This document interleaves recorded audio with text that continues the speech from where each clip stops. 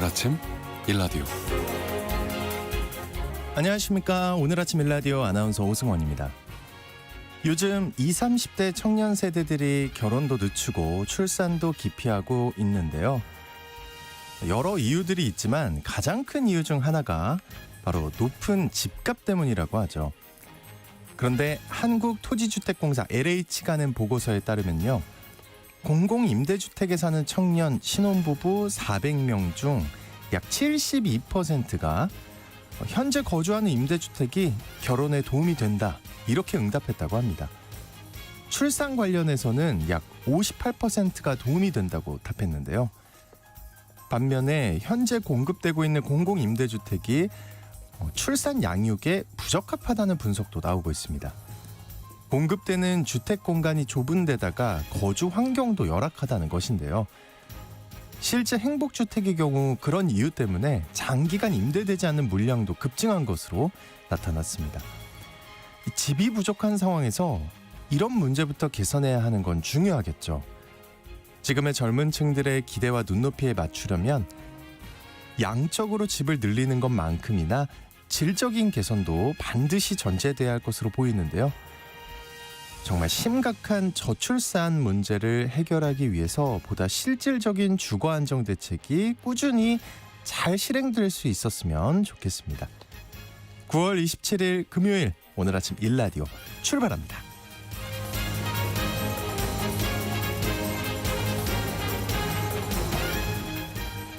오늘 아침 일라디오, 이 시간은 물론 KBS 일라디오의 모든 프로그램은 유튜브 KBS 일라디오 공식 채널이나 모바일 콩 어플리케이션을 통해 실시간으로 함께 하실 수 있습니다. KBS 일라디오 채널 구독과 좋아요, 댓글 많이 부탁드릴게요. 자, 오늘 팩트 연구소 시간에는요, 우리나라 에너지 가격이 싸다는 논란에 대해 팩트 체크해 보겠습니다. 이어서 마법의 정리정돈 시간에는 가을맞이 집 정리에 대해 알아보겠습니다. 자, 청취자 여러분들 참여하실 수 있는 퀴즈 드립니다. 어제도 꽤 더웠죠. 당분간 반팔이 더 필요하다고 하는데요. 그래도 가을 꽃은 폈습니다. 전국 곳곳에서 가을의 전령사인 이 꽃축제도 시작되고 있는데요. 길가에 하늘하늘 가녀린 이 꽃은 무엇일까요? 네, 꽃의 이름입니다. 그죠? 힌트죠? 괜히 했을까요? 자, 추첨을 통해서 농촌진흥청에서 제공하는 웰빙 혼합 잡곡 세트를 한 분께, 향긋한 커피를 드실 수 있는 모바일 커피 쿠폰을 4분께 드리겠습니다. 방송에 참여하실 분들은요, 단문 50원, 장문 100원이 드는 유료 문자 샵 9730으로 보내주시기 바랍니다. 유익한 정보와 살아있는 이야기가 있습니다. KBS 오늘 아침 일라디오.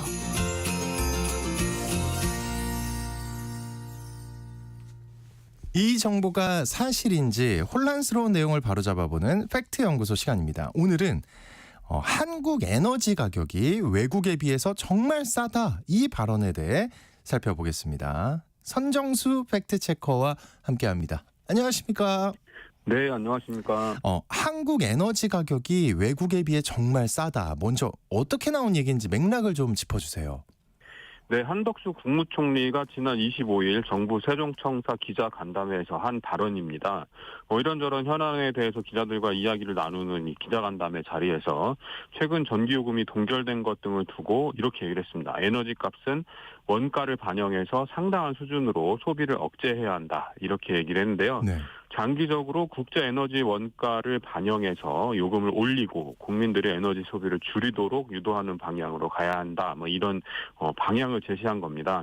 지난 23일 정부와 한국전력이 4분기에 적용될 전기요금을 동결하겠다고 발표했기 때문에 당장은 전기요금이 오르지는 않겠지만 장기적으로는 요금이 현실화될 때까지 꾸준히 오를 수밖에 없다는 걸 확실히 했다, 이런 의미가 있습니다. 네. 한 총리는 우리나라 에너지 값은 외국에 비해 굉장히 싸다는 것이 불편한 진실이다, 이렇게 말하기도 했습니다.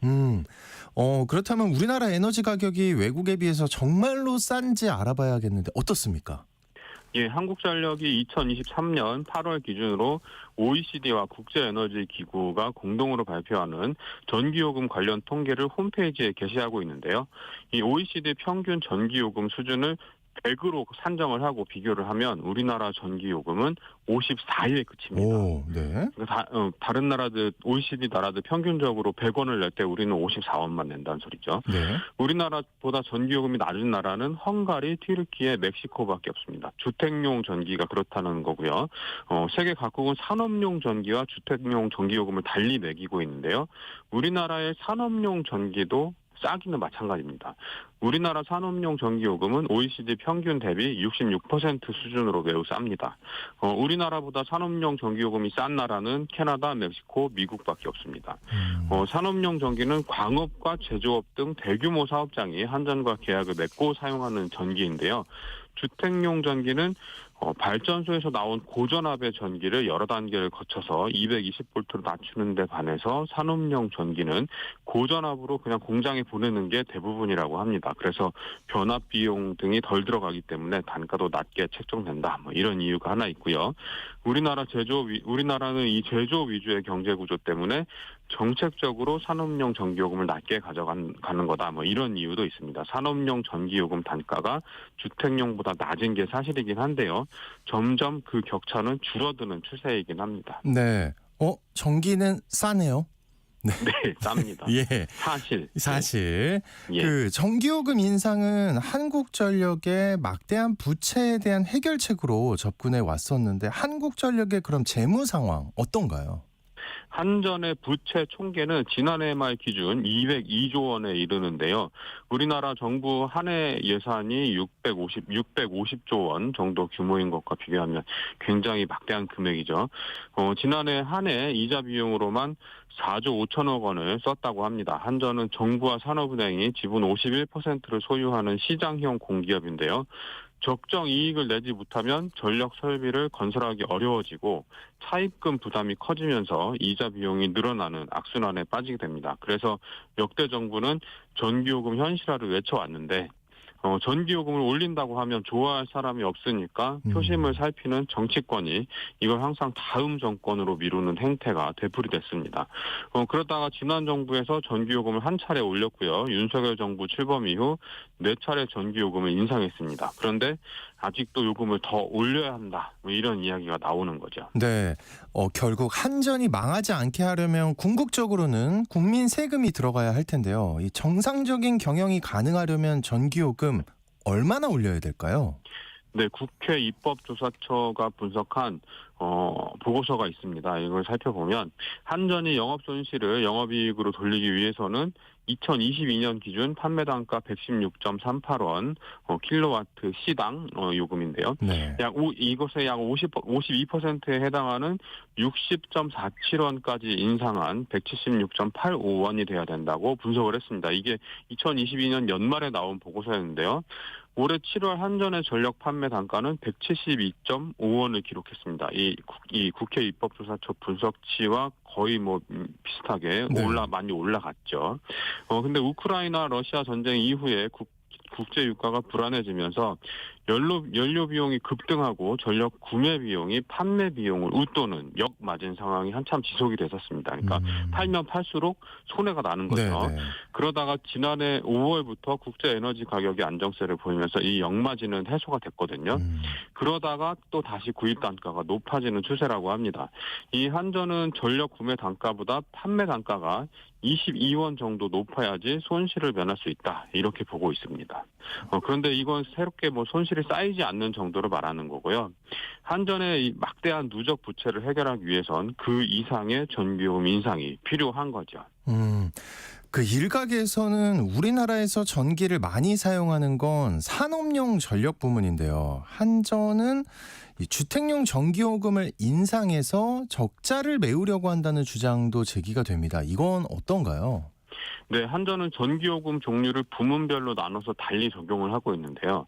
주택용, 일반용, 교육용, 산업용, 농사용, 가로등, 심야 이렇게 7가지로 이 전력 부문이 구별이 되고 있습니다. 사용량 비중을 살펴보면 산업용이 54%로 가장 많습니다. 그 다음이 일반용 23%, 주택용 15%, 농사용 4%, 심야 2%, 가로등과 교육용이 각각 1%씩을 차지합니다. 우리나라 총 전력 사용량의 절반 이상을 산업용으로 사용을 하고 있는 것이죠. 한전의 연간 전기 판매 단가는 요금 인상이 본격화하기 전인 2021년 108.1원에서 지난해 152.8원으로 41.4% 올랐습니다. 근데 이 기간 동안 주택용은 37.2% 오르는데 그쳤고 산업용은 45.7% 올라서 이 산업용 전력 부문의 요금 상승폭이 더 컸다고 볼 수가 있습니다. 근데 우리나라 이 전력망은 단일 계통으로 운영이 되고 있기 때문에 모든 발전소에서 생산된 전기가 하나의 전력망으로 들어와서 섞이고 주택과 산업 현장으로 전달이 되거든요. 그래서 네. 앞서 말씀드렸듯이 산업용 전기는 고전압 상태로 이 사업장들이 받아들이기 때문에 단가가 낮아진다. 뭐 이런 주장도 있고 하루 중 시간대에 따라서 전력 소비가 들쑥날쑥하지 않기 때문에 비용 발생이 덜해서 낮은 단가가 정해진다. 뭐 이런 주장도 있습니다. 반대로 주택용 전기는 산업용보다 수요가 들쑥날쑥하기 때문에 추가적으로 발전기를 돌리고 꺼야 하는 상황이 발생해서 한전 입장에선 추가 비용이 발생하게 되는 주요 원인으로 지목을 받고 있는 겁니다. 이런 변수를 정확히 반영해서 전력요금 이 업종별로 단가 산정을 어떻게 하고 있는지 종별로 얼마나 요금을 인상해야지 한전이 정상적으로 경영을 할 수 있는지를 좀 국민들에게 상세하게 설명하는 노력이 필요해 보입니다. 국무총리가 이제 기후 위기 대응을 위해서 전기 요금을 현실화해서 전력 사용량을 줄여야 한다고 말을 했는데요. 근데 이제 전기 요금이 비싸지면 서민들이 고통받는다 이런 주장도 나옵니다. 네, 우리나라 전기 요금이 OECD 국가 중에서 싼 편인 것은 뭐 앞서 살펴본 것처럼 사실이고요. 낮은 전기 요금을 유지하기 위해서 정부가 개입을 했고 그 대가를 한전이 치르고 있는 구조가 이루어진 겁니다. 네. 한전은 회사채를 발행해서 빚으로 손실을 메꾸고 있는 상황인 거죠. 그래서 막대한 이자 비용을 지불하고 있기도 하고요. 근데 이걸 방치하면 한전의 조달 비용이 굉장히 늘어납니다. 그래서 경영 지표가 악화되고 그렇게 되면 회사의 신용 등급이 낮아져서 회사채 발행에 더욱 어려움을 겪게 되죠. 이게 심화되면 결국에는 파산할 수밖에 그렇죠. 없는 건데요. 네. 이 지경이 되면 결국에는 세금이 투입되게 되죠. 결국에 값싼 전기요금의 대가는 혈세 투입이라는 결말을 맺게 되는 건데요. 그걸 막기 위해서 전기요금 인상은 필요해 보입니다. 그리고 기후위기 대응을 위해서 즉 탄소 배출을 줄이기 위해서 에너지 사용을 줄여야 한다. 이런 총리의 발언도 방향은 올바른 게 맞습니다. 우리나라 발전에서 차지하는 에너지원의 비중은 석탄이 31.4%로 가장 많고요. 그리고 원자력이 30.7%, LNG 26.8%, 신재생 에너지 태양광, 풍력 이런 것들이죠. 네. 이 9.6% 이런 순서인데요. 우리나라에서 만드는 전기 가운데 절반 이상이 화석연료를 태워서 만들어내고 있기 때문에 전기 사용을 줄이면 탄소 배출을 분명히 줄일 수 있습니다. 전기요금을 높이면 또 전기 사용량이 분명히 줄어들게 되는 측면이 그럼요. 있죠. 네네. 그렇다고 갑자기 전기요금을 후술적 인상하게 되면 서민들, 특히 빈곤층이 더 큰 고통을 겪게 됩니다. 누구나 냉장고는 돌리고 집안에서 전기불 켜고 전자레인지 돌리고 TV 보고 이런 기초 생활을 해야 되는데 전기 없이는 유지가 되지 않기 때문입니다. 전기요금 인상에 따른 이 빈곤층의 피해를 추산해서 에너지 바우처 형태로 지급하는 그런 복지 정책이 필요해 보입니다. 네. 여기까지 말씀을 들었는데 전기요금이 앞으로 꾸준히 오를 것 같네요. 네, 네. 피할 수 없을 것 같은데. 그렇습니다. 네, 청취자 여러분, 가정에서 전기요금을 아낄 수 있는 방법 어떤 것들이 있는지 좀 소개를 해주세요. 네, 전기요금 아끼는 방법을 말씀드리기에 앞서서 꼭 드리고 싶은 말씀이 있는데요. 네. 꼭 필요한 전기는 써야 한다는 점입니다. 가령 폭염이나 혹한이 찾아왔는데 전기를 아낀다고 에어컨을 틀지 않거나 전기 난방기를 사용하지 않고 그냥 무작정 버틴다. 이런 건 절대로 하면 안 됩니다. 그럼요. 왜냐하면 생명이 위험할 수 있으니까요. 맞습니다. 이웃나라 일본에서도 폭염 기간 동안 에어컨을 켜지 않고 버티다가 온열 질환으로 고령자들이 숨지는 사례가 속출하고 있습니다. 전기요금 아끼려고 하다가 변을 당한 건데요. 곧 이제 추위가 찾아올 텐데 꼭 필요한 난방기구는 반드시 가동을 해야 합니다. 다만 의미 없이 계량기만 돌리고 사라지는 이 대기 전력을 차단하는 방법을 추천을 드리고 싶은데요. 안 쓰는 가전제품의 전원을 콘센트에서 뽑아놓는 겁니다. 여름철 지났는데 에어컨 전원이 콘센트에 꽂혀 있다. 없다 이러면 뭐 당장 뽑으시고요. 네. 셋톱박스 전원도 외출할 때는 뽑는 게 좋습니다. 그리고 세탁기, 전자레인지 등 사용할 때만 켜두면 되는 가전제품은 평상시에는 전원을 뽑아놓거나 스위치가 달린 멀티탭을 이용해서 꺼놓는 게 전기요금을 줄이는 길입니다. 특히 이 전기밥솥 보온 기능 사용을 줄이면 전기요금을 굉장히 많이 아낄 수가 있다고 합니다. 난방온도 2도 낮추기, 비대 절전 기능 사용, 빨래는 모아서 한꺼번에, 고효율 가전제품 사용하기, 이런 방법들도 가정에서 쉽게 실천할 수 있는 방법입니다. 네. 자, 오늘 팩트 연구소 시간, 우리나라 전기요금이 세계에서 싼 편이라는 총리 발언부터 생활 속 전기요금 줄이는 방법까지 확인해 봤습니다. 지금까지 팩트체커 선정수님과 함께했습니다. 오늘 말씀 고맙습니다. 네, 고맙습니다. 네, 우리 오랜만에 노래 한 곡 듣고 오겠습니다. 조관우가 부릅니다. 코스모스.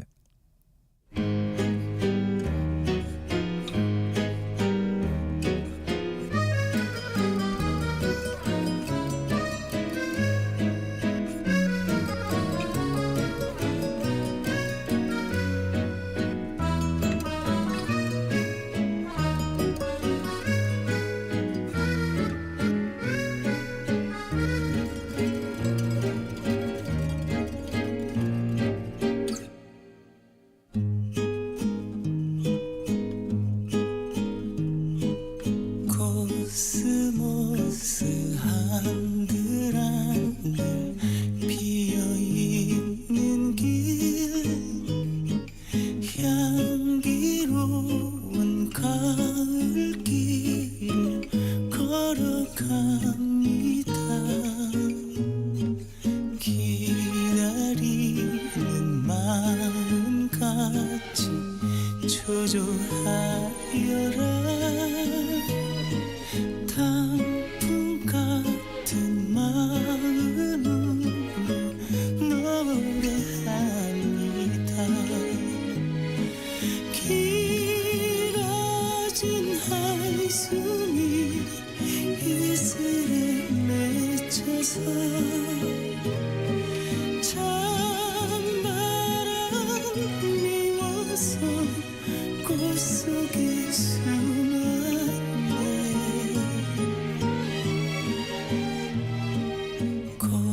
코스모스 한들 한들 피어있는 길 향기로운 가을길 걸어갑니다.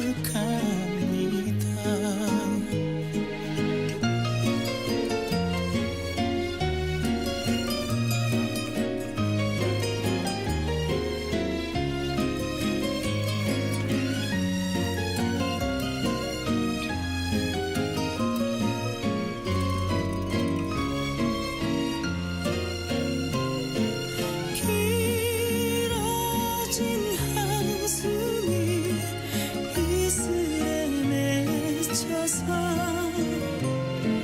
찬바람이 와서 꽃 속에 숨었네.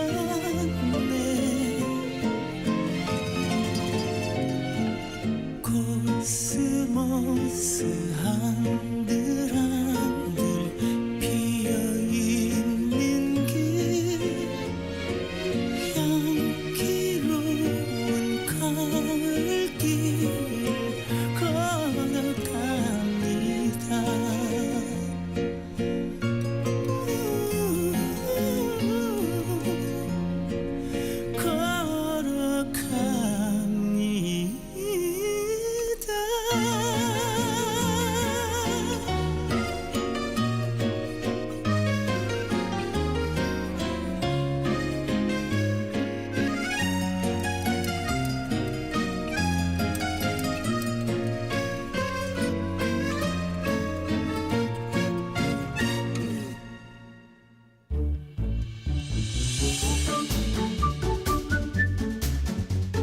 아침을 여는 기분 좋은 습관. KBS 오늘 아침 일라디오.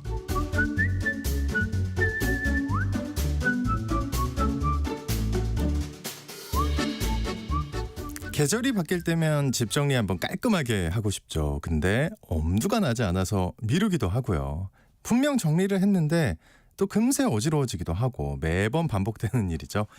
자, 오늘 마법의 정리정돈에서 오랜만에 가을맞이 집 정리 한번 같이 해보시죠. 공간 미학의 정희숙 대표님 전화 연결로 말씀 나눠보겠습니다. 안녕하십니까? 네, 안녕하세요. 아, 오랜만입니다, 대표님. 네, 안녕하세요. 그 계절 때라도 대표님을 한 번씩 이제 만나야 정리를 좀 할 수 있을 것 같은데 주기적으로 네. 집 정리하라고 하신 말씀 생각이 납니다. 네네. 네. 요즘 특히 이제 집 정리하려는 분들이 많을 것 같아요. 어떻습니까? 네, 계절이 바뀌면 이제 겨울옷, 가을옷 이제 준비할 시즌이니까 아무래도 집도 좀 바꾸고 계절별로 좀 더 의뢰가 많이 있습니다. 그 지금까지 대한민국의 대표님이 5,000집 이상 정말 많은 네네. 집을 정리정돈하셨는데 예, 예. 최근에 좀 인상적인 사연이나 좋은 집 정리 사례 있으면 좀 들려주세요. 네, 요즘에 이제 생각보다 리모델링 이사 정리 좀 생각보다 많이 하시거든요. 그래서 두 부부가 굉장히 이제 좁은 집에 사시다가 이번에 이제 좀 큰 집으로 이사를 하셨어요. 그런데 이제 그전에는 집이 좁다 보니까 별로 집에 신경을 잘 못 쓰고 사셨거든요. 근데 이제 이사하시면서 이제 깨끗하게 살고 싶어, 깔끔하게 살고 싶어 해서 이제 만나게 된 고객님인데요. 네. 사실 그분들 그전에는 신경을 안 쓰다 보니까 묵은 짐, 버릴 짐이 너무 많았어요. 좁은 집인데도요? 네네네. 어. 오히려 좁기 때문에 더 쌓아놓고 살게 되고 더 관심을 안 갖게 돼요. 좁으니까 오히려 짐을 더 안 사고 조금만 갖고 살 거라고 생각하시는 분들이 많은데 네. 오히려 좁은 집에 상자에 나중에 이사 가면 쓸 거야, 나중에 집이 커지면 쓸 거야라고 해서 계속 쟁여두시더라고요. 그래서 이번에 이제 30평대 아파트로 이사를 했는데 남편분도 그날 월차를 내셔가지고 집에 같이 계셨거든요. 네. 그래서 같이 정리정돈하면서 와. 그 전에 제가 한 거는 완전히 청소였네요. 이렇게까지 정리하는지 진짜 몰랐다고 하시면서 두 분이 너무너무 행복해 하시는 거예요. 네, 그래서 정말 인상적이었습니다.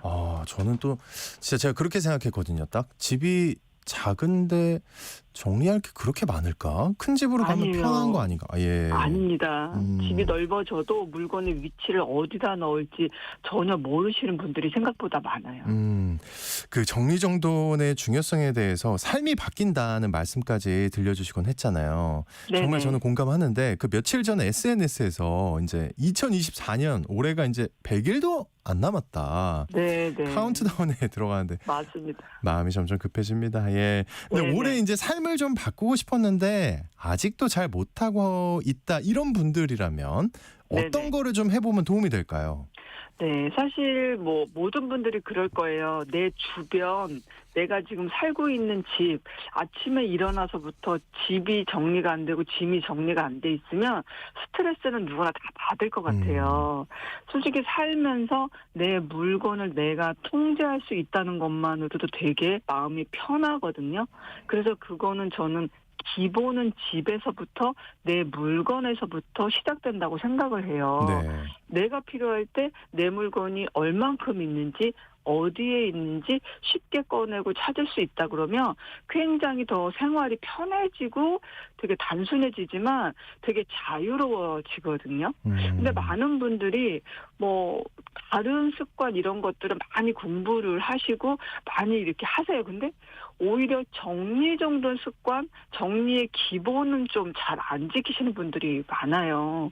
저는 이게 삶을 사는데 가장 기본이 정리정돈, 내 물건 정리하는 습관이라고 생각을 하거든요.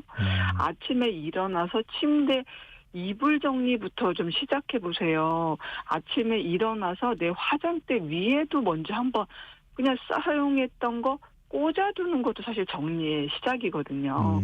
그러니까 내 환경, 내 주변이 조금씩 깔끔해지고 내가 치워서 내가 정리해서 바뀌는 경험을 조금씩 성취감을 갖다 보면은 훨씬 하루의 시작부터가 아마 달라질 겁니다. 일단 눈앞에 있는 것부터 작은 것부터 하나하나 네.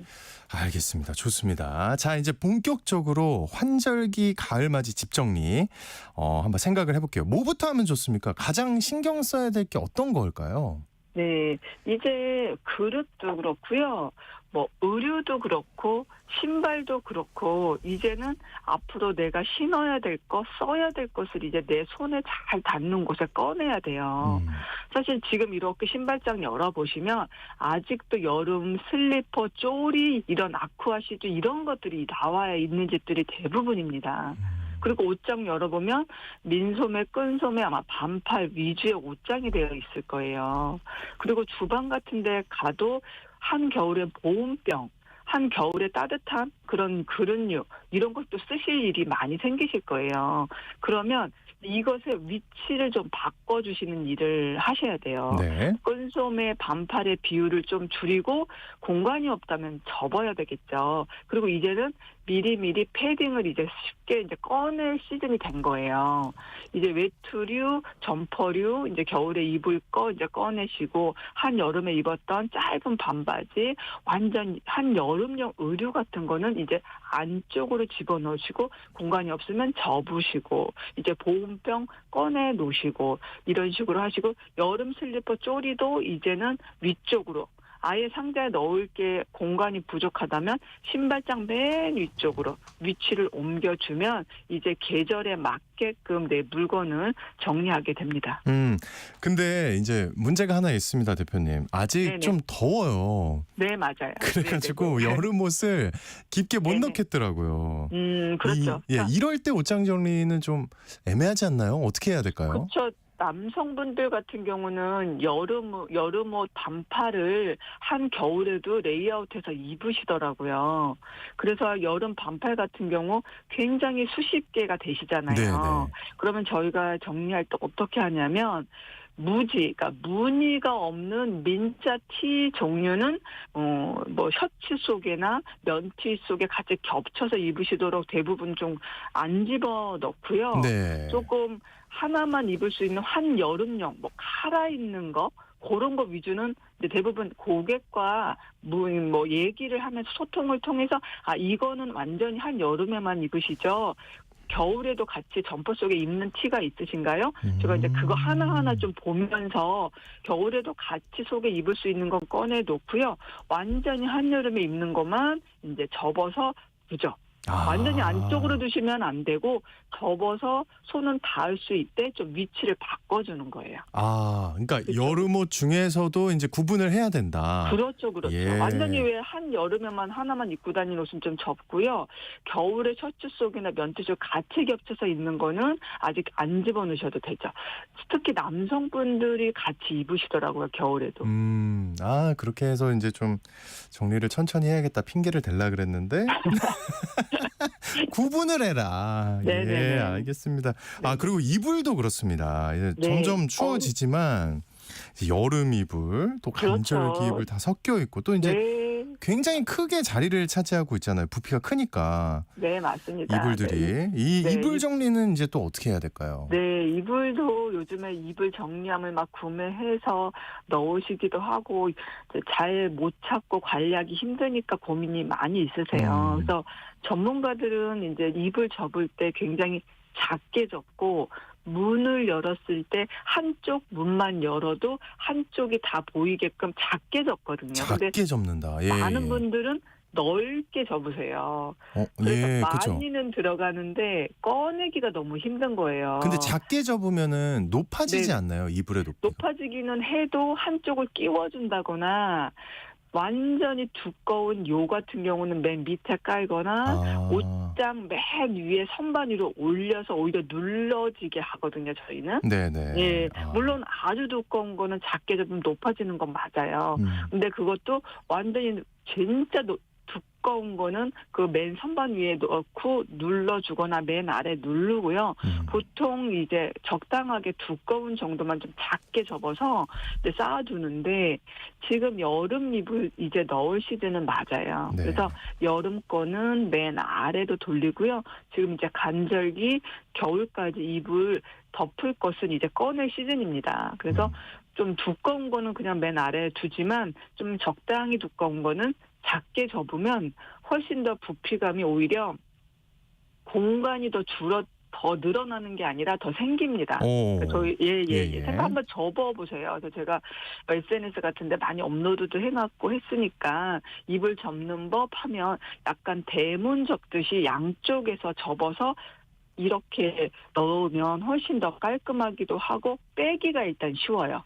꺼내기가 네. 보통 꺼내기가 힘들거든요. 이불이. 맞죠. 네네. 예, 이렇게 착착착 넓게 네. 접으면은 쌓여 있게 되니까 밑에서 이렇게 꺼내면 또 이게 무너지고. 맞습니다. 그래서 제가 그 사이사이에 쇼핑백을 좀 끼워두는 방법도 많이 알려드리거든요. 오, 쇼핑백을 네네. 끼워 놓는 법. 네, 미끌미끌하니까 네. 코팅 처리가 되어 있어서 큰 쇼핑백을 이불 접은 사이 또 그 위에 넣고 하면 꺼낼 때 살짝 잘 빠져요. 네네네. 알겠습니다. 일단 작게 접는 거를 이제 머릿속에 넣고 그다음에 네네네. 이제 세부적인 방법은 조금 이제 그 정희숙 대표님의 SNS를 찾아 들어가서 좀 네네네. 참고를 하는 걸로 생각을 네네. 할게요. 네네. 자, 그리고 이런 분들도 많습니다. 이제 계절 바뀔 때 집안 분위기를 좀 바꿔보고 싶다. 근데 네네. 이제 그래서 우리가 하는 게 소품을 사잖아요. 네네. 네, 이렇게 맞습니다. 큰 거를 바꾸긴 좀 부담스러우니까. 네네. 근데 문제는 이제 금방 질리고 유행을 탄다는 거. 이러다 보면 또 짐이 많아진다는 거. 이거 좀 맞습니다. 문제인 것 같습니다. 예. 맞습니다. 네네. 네, 가을 분위기 내고 싶으시면 뭐 방법은 여러 가지가 있죠. 뭐 커튼도 바꿀 수 있고, 러그를 바꿀 수도 있고, 그런데 저는 좀 추천을 드리는 게, 식탁 위에 솔직히 가을에 좀 예쁘게 피는 꽃이 굉장히 많아요. 네. 그래서 식탁 위에 화병에 꺼내 놓으시고 만약에 화병이 없으시면 또 구매하면 또 짐이 되잖아요. 그렇죠. 네, 요즘에 물병도 굉장히 예쁘게 잘 나오고요. 플라스틱 병도 색깔만 잘 맞으면 굉장히 예쁘거든요. 그래서 저는 이제 가을 분위기 내려면 식탁에 가을 꽃을 좀 한번 꺼내서 꽂아두면 완전히 분위기를 바뀌어요. 그런데 아마 고민이 생기실 거예요. 식탁 위에 물건들을 잔뜩 쌓아두시는 분들이 많으시거든요. 네네. 그래서 그런 김에 가을이 왔구나. 이제 겨울이 너무너무 이제 가까이 오고 가을이 와서 이제 날씨도 너무너무 시원해지고 너무 좋아. 한여름에 너무 더웠잖아요. 네. 그래서 이제 우리 집 분위기 좀 확 한번 바꿔보자. 그래서 저는 꽃을 한번 식탁에 꽂아두시면 그게 바로 돈을 부르는 에너지를 만드는 방법이거든요. 그래서 네네. 가을에 한번 좀 추천을 좀 해드리고 싶어요. 네, 알겠습니다. 이제 어떤 네. 걸 비싸게 주고 사는 것보다는 네, 이제 네, 좀 네. 가볍게 꽃으로. 네, 한 송이라도 한번 우리 식탁에 꽂아주시면 아마 집안 분위기가 그동안 잘 몰랐지만 완전히 바뀌실 겁니다. 네, 좋습니다. 그리고 요즘 이제 이사철이지 않습니까? 물론 네네, 이제 이사철이 맞습니다. 요즘은 따로 없지만 그래도 맞습니다. 통상 가을에 이사 많이 하는데 맞아요. 이때 정리하기 좋을 것 같아요. 이사를 할 네, 때. 맞습니다. 예. 하는 김에 하시는 분 되게 많고요. 꼭 기억하실 거는 이사를 가고 나서 물론 정리하세요. 그렇지만 이사 날짜가 잡히면요.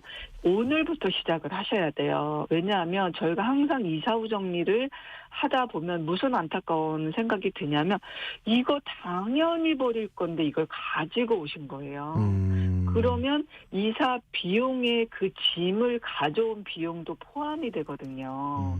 그래서 이사가 준비 시작되었다고 했을 때는 전체적인 물건의 양을 줄이는데 당연히 버려야 될 것은 미리미리 그거부터 선별해서 그것만 비우고 나도 이사 비용이 훨씬 줄어요. 야, 그 그래서 비용 생각을 안 했네요. 예. 네, 많은 분들한테 항상 말씀을 드려요. 쇼핑백도 다 가져가시지 말고 거기서 사이즈별로 5장씩만 해도 충분히 쓰니까 가장 쉬운 쇼핑백부터 먼저 시작해 보세요. 베란다 먼저 가보세요. 항상 베란다에 버릴 거 많이 있거든요. 그래서 이사 견적 받기 전에 버리고 이사 견적 받으면 아마 이사 비용 훨씬 더 줄어들 겁니다. 제가 말씀을 드립니다. 네, 그러니까 이사하기로 마음 먹은 순간부터 맞습니다. 움직여라. 네, 냉장고도 비우고 가는 게 가장 좋죠. 네, 그래야 이제 네. 견적 받을 때 쌀 거고. 맞습니다. 네. 그게 다 비용 절감이고요. 네. 괜히 새집 가가지고 깔끔하게 도배장판 다 해놨는데 베란다에 실외기실에 막 먼지 가득 있었던 거 그냥 싣고 오거든요. 이 사업체에서. 그걸 다시 그냥 꺼내놓는 거예요. 그러면 항상 이거 버릴 건데 왜 가져왔지? 버리라 그랬는데 그 얘기 꼭 하세요. 근데 버릴 것은 미리 꺼내놓거나 아예 라벨링을 해두거나 이사업체 오면 이거 먼저 버려주세요라고 반드시 먼저 이야기하셔야 돼요. 네네네. 그리고 또 이제 이런 질문이 많습니다. 포장이사랑 반포장이사가 있잖아요. 네, 맞습니다. 대표님은 어떤 거를 추천하실까요? 당연히 포장이사 하셔야 돼요. 그 이유는요. 반포장하면 진짜 아무렇게나 넣어서 봉지째 그냥 저희 말로 던지고 가요. 절대 반포장하시면 안 돼요. 네. 근데 이런 이야기 하세요. 싼 대로 그대로 넣어주시면 되는데 아닙니다. 그분들은 쌀 때 이 거주하는 사람의 생활 태도 그냥 이 스타일대로 그냥 싸세요. 식탁에 사실 수건이 있어도 식탁 위에 뭐 바지가 있어도 그냥 주방 물건으로 싸버리거든요. 그래서 네. 항상 포장이사 하셔야 돼요. 그 이유는 그래도 물건을 꺼내서 걸어놓을 건 걸어놓고 책을 꽂을 건 꽂아요. 그런 다음에 내가 정리를 쉽게 할 수 있지 반포장 봉지대로 한쪽에 그냥 쌓아놓고 가면 아마 그거 감당 못하십니다. 무조건 그래도 정리를 깔끔하게 하지 못해요. 이 사업체에서는. 그래도 포장 이사를 하셔야지만 내가 정리를 할 수 있습니다. 알겠습니다. 그리고 마지막으로 대표님 네네. 이 시기에 집 정리에 도움이 되는 팁을 주신다면 혹시 네. 어떤 게 있을까요 또? 글쎄요. 집 정리 어떤 계절에 상관없는 것 같아요. 저는 사실 정리의 시작은 내 물건의 재고 파악이라고 하거든요. 여름이 됐든 가을이 됐든 겨울이 됐든 내 물건에부터 먼저 관심 갖는 것부터 전 시작을 했으면 좋겠어요. 그 이야기는 정리해야지 하면서 자꾸 물건 접기 먼저 시작을 하시거든요. 저는 접기 전에 내가 청바지가 몇 개가 있지 또는 더 먼저는 내가 청바지를 자주 입나부터 생각하는 것부터 저는 시작이라고 생각을 해요. 그래서 많은 분들이 스킬이나 노하우에 대해서는 참 많이 알고 계세요. 그래서 어떤 분들은 나 저거 다 아는데 이렇게 생각하시는 분이 계세요. 그것도 당연히 중요한데요. 우선 내가 매일 자주 쓰는 물건은 어떤 물건인가? 내 가지고 있는 물건 중에서 가장 중요한 물건은 어떤 것인가? 저는 자주 쓰는 게 중요하다라고 생각하는 사람이거든요. 네. 그래서 내가 매일매일 사용하는 이 물건에 대해서 관심 좀 가지시고요. 얼만큼 남아있지? 얼만큼 쓰고 있지? 언제 시켜야 되지? 이거에 대해서 좀 자주자주 확인하시는 습관을 좀 가지셨으면 좋겠습니다. 네, 오늘 마법의 정리정돈 가을맞이 이때 집 정리에 대해서 다양하게 말씀 나눠봤습니다. 지금까지 공감미학의 정희숙 대표님과 함께했습니다. 오늘 말씀 고맙습니다. 네, 감사합니다. 네, 오늘 퀴즈의 정답은 코스모스였습니다. 5769님, 6432님, 7시 근무 시작이라 매일 듣고 계시다고 감사합니다. 6624님도 정답 보내주셨고요. 887 하나님, 많이 알고 계신데요. 살살이 꽃이라고 한다고 우리말로는. 네, 꽃이 너무 예쁘죠. 네, 모두 감사합니다. 그리고 임이성님이 서울 근교에서 코스모스가 좋은 곳이 어디인가요? 이렇게 보내주셨는데 굉장히 많습니다. 네, 인천 중구의 영종도 하늘공원부터 경기도 안성의 안성 팜랜드까지 홈페이지 게시판에 우리 그 PD가 아주 성의껏 조사했거든요. 올려준다고 하니까. 네, 임이성님 꼭 확인 부탁드립니다. 네, 우리 PD가 열심히 아까부터 조사하고 있었거든요. 자, 상품 받으실 당첨자는 중복 당첨 여부 확인 후에 홈페이지에 게시해 놓겠습니다. 오늘도 낮에는 조금 덥다고 합니다, 여러분. 좋은 하루 보내셔야 되고요. 건강 관리하시고요. 전 내일 돌아올게요.